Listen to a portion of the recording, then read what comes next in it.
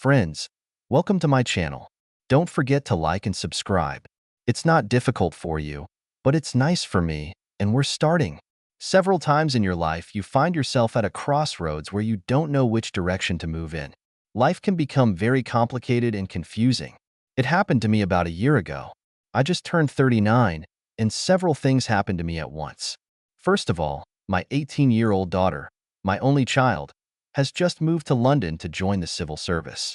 It was almost impossible to find a job in our small backwater town, so I couldn't blame her. Besides, my husband's sister lived there, so I wasn't worried about her being all alone. But at the same time, I missed her terribly. Another event that happened is that I found out that my husband was having an affair with his young secretary. As you can imagine, at that moment my life was on the verge of collapse. I first found out about their affair when, walking through the shops in the city, I saw them sitting together in a cafe. Judging by their gestures, they were more than just colleagues at work. After that, I began to monitor his movements more closely and realized that he began to leave the house more often and often stayed late at the office. One evening I followed him in my car and saw him pick it up a few kilometers down the road. Then he took her to a tourist hotel outside the city, and as soon as I saw them coming in, I turned the car around and drove home. It was then that I was absolutely sure that he was cheating on me. Looking back, I think our lives have shortened significantly over the years, and after that night when I caught them, it ceased to exist. I never objected to him about it, but after that neither of us seemed to want to touch each other in a loving way, and that was fine with me. After a few months, his dirty little affair must have ended. I'm guessing she broke up with him or found someone else because he seemed unhappy for a few weeks. And then, believe it or not, he confessed everything and begged me to forgive him. I was, to put it mildly, furious and seriously thought about leaving him. But we have such a beautiful house, which I love, and my settled life would not allow me to part with friends, relatives, and my fairly well-off lifestyle. You see, Jeffrey has such a good job, and he earns quite a decent salary. I know you think I'm a coward, and I know that most women reading this would leave him in the blink of an eye. But, in short, I just pulled myself together and stayed with him. And everything returned to what seemed normal. But something was bothering me, and it took me a while to figure out what it was. You see, Jeffrey had a little extramarital affair, but I didn't. I felt that I had to somehow regain my balance. I felt like I needed to punish him and get back at him somehow. The problem was that I didn't want to have an affair. To begin with, there was no one on the horizon that I even remotely liked. None of our male friends, nor any of the staff at the office where I worked, seemed suitable for this role either, and I simply could not imagine that I would continue this whole illegal farce that would lead to an affair. And yet, as I said, it haunted me until late at night, while Jeffrey was upstairs at his computer. Watching TV, I saw one of those French erotic films where a woman walks into a cinema and the man sitting next to her tries to put his hand under her skirt. For some reason, this short scene caused me to have a slight tremor of delight in my lower body. And when she finally stood up and slapped the man, I was somewhat disappointed. That night I lay awake and thought about why I was so excited about this particular scene in the movie. I imagined that I was a woman in a movie and that this was happening to me. Only I didn't protest like she did. And then it hit me like a blinding flash. Why didn't I go to the movies and convince someone to do it with me? The more I thought about it, the more I wanted to do it. I know it sounds dirty and disgusting, but for some reason it got me hooked. And when I had the opportunity to spend the evening alone, I went to the cinema. As it turned out, it was a real disappointment. To begin with, no one sat next to me, although I showed off the seductive roundness of my hips. And I have beautiful legs, believe me. I know this because when I was younger, I always won the beautiful legs contests at the holiday camps where I went. In fact, I like to think that I'm an intelligent and attractive woman, which is why I felt depressed when I first tried out my little plan. It took another 2 weeks before I decided to try again. This time I put on a pretty mini skirt with a pair of elastic stockings, put on nice makeup, and put on perfume. And again, I was ignored in the sense that no one came close to me. Oh yes, they looked at me admiringly on the way home and even whistled wolfishly. But that's all. At least the movie wasn't bad, and I was able to talk to Jeffrey about it when I got home. To prepare the ground for my trips to the cinema, I even took the trouble to come up with a fictional friend with whom I could go to the cinema. As it turned out, it was all in vain. At that time, I thought that my delightful little fantasy was destined to remain just a fantasy. It was a casual remark that I heard a week or two later, and that rekindled my interest. Two young men were talking at a nearby cafe table in the mall, and I was eavesdropping on their conversation at the same time as Jennifer, my colleague, with whom I usually chatted during my lunch break. I caught the words adult film club and immediately listened to what they were saying. Apparently, the first film was supposed to be a movie called Debbie in Dallas, which teenagers especially wanted to watch. Meanwhile, I completely lost the thread of Jennifer's conversation, which was rather indecent on my part. All I could do was nod with a satisfied expression on my face and hope she wouldn't ask me any questions. I soon found out about the film club because there was an announcement about it in the evening newspaper. It was pretty cool, as it seemed to me at the time, but to be honest, this event was designed for a rather narrow audience, and the theater was not very large. A couple of days later, I was speeding down the road in my little car, intending to join them. By a happy coincidence, I was served by the manager, a rather scruffy-looking guy with a mustache and a slightly arrogant manner. Apparently, a former army officer. "So this is just for you, madam?" he asked in a rather arrogant tone. I was just about to say yes when a thought struck me. Most of the clients must be men. This could be disputed, and it would be a little strange if the woman admitted that she would join them alone. "No, actually, it's for my husband," I lied. "Something like a birthday present." I see," he muttered. "Well, that'll be £10, madam," he said, clarifying the details. Handing him a £20 note, I moved on to an important point. "I'll tell you what," I added, "write out a card for me, too. You never know for sure if he might want to take me with him sometimes." He looked at me with a hint of a smirk on his face. "Very good," he said, handing me my card. Then he explained the film rating system to me. Obviously, some films were very harsh and were not recommended for women. He advised me to go only when films were shown, which he called soft, and this was in most cases. In the end, I was grateful for his impromptu advice. This was done in order to save me a lot of inconvenience. A week later, after much thought, I decided. It happened when I bought a beautiful new raincoat at a sale. I tried it on at home after a shower and thought, why not just wear it to the movie club? After all, no one would be able to see that I was completely naked underneath it. It was a completely outrageous thought, but I must admit, it excited me. In fact, I carried out my little plan the very next evening. When I got out of the car, I felt my knees give way. It was so strange to realize that I was wearing nothing. Although I was buttoned up to the neck, the collar was turned up, and the coat covered everything except 5 to 10 centimeters of skin above the knee. Suddenly I stopped. What would my daughter think of me? Not to mention my mother and friends. If they found out what I was doing? On the other hand, I was very excited. In my entire life, I've never done anything remotely more shameful than this, and I wanted to do it. In fact, I barely slept last night, thinking only about this and what it could lead to. Anyway, flushed with shame, I forced myself to walk from the parking lot to the entrance to the cinema. To do this, I had to go to the mall and climb a couple of flights of stairs. I must tell you that I felt hot in the shower. I went to the ticket counter and took out my card. The manager himself was there with his usual arrogant grin. I'm sure he would have remembered me eventually. How many female members of the club were there? "Are you alone tonight, madam?" he asked. Yeah, I swallowed, not wanting to say any more. I just bit my lip and looked away from him. "Then this way," he said arrogantly to me, showing me the way to the darkened cinema. Using a flashlight, he led me to the back row. Then he held his flashlight while I searched for a place. After my eyes got used to the dim lighting, I saw that there were very few people in the hall. The guy closest to me was sitting 3 rows ahead. What a disappointment. Didn't anyone want to watch I Wish I Was in Dixie? When I was sitting and watching the movie, I didn't know what I wanted. Was it enough for me that I was sitting in a darkened movie theater, knowing that I was wearing nothing under my coat? Of course, it gave me pleasure, but I still felt that I needed more. In fact, I desperately wanted more. But in fact, the thought of some stranger running his hand down my thigh made me shudder with disgust. I was confused. What the hell am I even doing here? The movie was exciting. In it, a beautiful young girl was stripped, used and humiliated at every turn by ugly brutes. It was Dixie. I wish I could take her place. It was exactly what I imagined.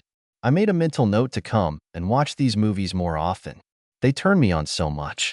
Anyway, shortly after the start of the film, a dark silhouette of a man entered the hall and headed to the end of the hall. He sat down just a couple of chairs away from me. My heart was pounding with excitement when I caught his gaze.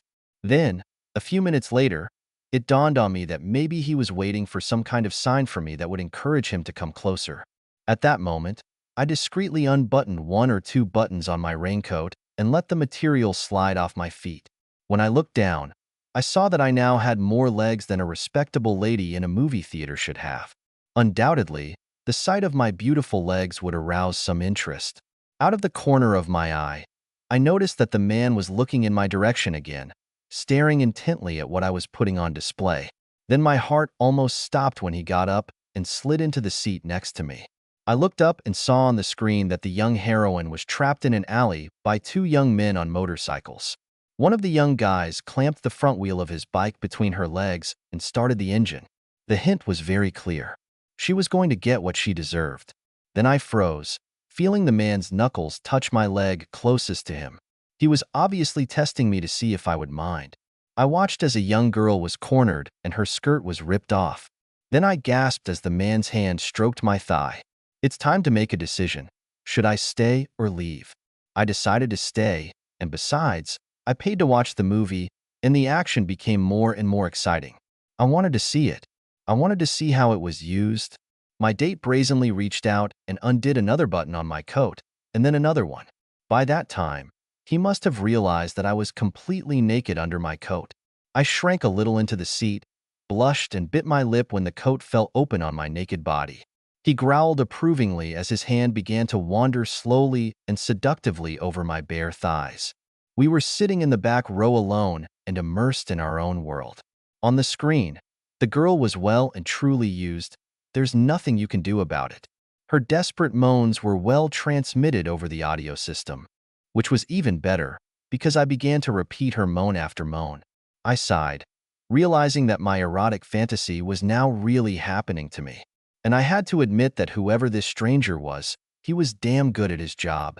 He did it slowly and casually, and my body reacted accordingly. Then he started to get up, gently pulling my wrist so that I would go with him. I frowned when I felt him break off, but I realized what he was doing. There was no convenient place for love in the back row, which is exactly what we both desperately wanted. I was still in a daze, and my arousal was throbbing in anticipation of satisfaction when he dragged me through the revolving doors and down the hall. He knew exactly where to go. It was a first aid room with a bench to lie on. He locked the door and took off my coat. Then he leaned on me again, kissing and caressing my naked body with increasing passion. And yes, it was the manager who used me well. When lust guides you, you have to go where it leads you. I didn't realize it was him until his fingers drove me crazy with the desire for love. And by then it was too late. To his credit, he behaved like a true gentleman when he pulled himself together. And all I had to do was button up my coat again. Are you going to ban me from visiting? I teased, after my shameful behavior? All I want to know is when are you coming back? He asked. I returned 3 days later and again the following week. I couldn't get enough, and neither could he. The movies were great and always turned me on. Some girl was stripped and used by unbridled men. Beautiful. Then I had a couple of weeks off. Some part of my conscience began to believe that my admirable transgressions had led Jeffrey and me to even the score in sins. But then I thought about it. How many times has he gone to bed with his baby? I was sure it was much more often than a few times. So when the desire to sin reared its ugly head again, I was ready. I wanted to go to the cinema again. I saw no reason to change tactics. My trusty raincoat was back in use. And there was nothing underneath, not even panties. As I drove through the rain, I was overcome by a familiar feeling of excitement, dry throat, pounding heart, and weak knees. I knew Gary's manager wouldn't be there. He had a day off. Well, I had a feeling that a direct repeat of what happened last time wouldn't be the same. That's why I specifically chose this performance to avoid meeting him. As I was walking up the stairs, I noticed that several young people were following me. They tried to look under my raincoat as I went up the stairs. I swayed my hips defiantly and smiled as I heard them growl in approval of a beautiful, mature woman. When I got to the ticket counter, they were right behind me. It was then that I realized that these were the same young guys whose conversation I overheard in a cafe in the small town where I lived. They were young, 18 to 19 years old, as I assumed, but they were pretty sweet, pretty cute, and I suppressed a smile, knowing that a real shock was waiting for them inside. After a brief visit to the toilet, I timed my appearance well. I could see where they had chosen the seats to the side and closer to the back of the hall. I sat down right behind them, although there were many empty seats in the almost empty hall. The film was called the Desperate Housewives version. In the first scene, a young housewife with a good figure let in a vacuum cleaner seller to show off her product. And in the blink of an eye, they were naked and making love on a plush carpet. After a couple more of these scenes, I was really in the mood to have a bit of vulgar fun. So, when one of the boys slipped out to the toilet, I stunned his friend by walking forward a row and sitting in a seat that had recently been vacated. "This place is occupied," his friend blurted out, but I reassured him in a whisper. "I'm sure he won't mind," I blurted out. "Besides, I wanted to spend some time in the company. It's so lonely here." When the puzzled young man returned, I carefully sat him down on the seat on the other side of me. I could tell by their gestures that they thought I was crazy. Well, I can guarantee you that they changed their minds about it when a minute or two later I started unbuttoning my coat and showing off my long bare legs. I really got their attention. They stopped watching what was happening on the screen and began to admire what was happening right between them. After that, all I had to do was figure out how much I had to open my leg before a penny fell out. When this happened, events began to develop quite quickly. First, Tommy, as I later found out, dropped something on the floor and, while he was there, deliberately accidentally brushed my leg. "I'm sorry," he muttered. "It's okay. I'm used to it," I assured him. Then his buddy, Ginger, pressed his leg tightly against my other leg, and I snuggled back. Permission was granted to continue. Soon after, I felt their hands gently slide over my bare skin, and when they were sure that I was ready for this, they began to seriously let their hands go. It was amazing how quickly their self-confidence grew. In the blink of an eye, they undid all my buttons and began to feel me with a vengeance. Tommy was on top, and Ginger was prowling below. As they approached, I spread my legs wider and wider. As the movie went on and there were more and more housewives, I decided it was time for this particular housewife to have some fun. "Can we go outside?" I asked. There was no objection, and the boys readily followed me. Unfortunately, the small medical room was securely locked, and we had to urgently come up with something else. "There's a passageway outside," Tommy grumbled, and grabbed my wrist in case I changed my mind. It was dark and quiet in the alley, and I remembered the young girl from the last movie I saw, cornered and helpless as she faced her fate. This thought sent a shiver of delight through my body, and I was in a good mood again.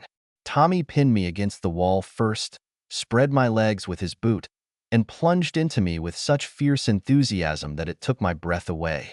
I was in my element when he used me well and truly. Then Ginger took over and took his time less. That was fine with me. He knelt down and began stroking and kissing my thighs. I was still wearing my unbuttoned coat, but it didn't protect me at all, as Ginger continued to rape me as he wanted. When he did, it finally dawned on me that I was shamelessly giving my body to young people half my age. Well, Ginger soon started using me, and it lasted for quite a long time. So much so that he began to receive impatient comments from his friend, who was leaning against the wall at the entrance to the alley, smoking a cigarette. "Come on, Ginger. Don't do this all fucking night," and similar sarcastic comments. Then he added something that made my eyes widen in surprise. "I want to make love again, buddy." "Tommy, please," I begged. "I have to go home." But Tommy was only thinking about love, and it was useless to argue with him. "Come on, you greedy fool." My face turned red at his sarcastic comment. I've never been so ashamed. Then I realized that this was all I was to them, a fool who could be used and made love to. This made Tommy giggle happily as he laughed and bragged about my moment. "I drove this fool, didn't I?" He howled triumphantly as he zipped himself up. "Come on, Jing. She just likes it." Well, he was right. I guess it's not every day that a couple of teenagers manage to use a mature married woman in a dark alley. After that night, I calmed down a bit. I finally felt that I had avenged my husband's infidelity. And going to the cinema? Well, who knows? Perhaps I will have such a desire again. I just love these obscene movies. End.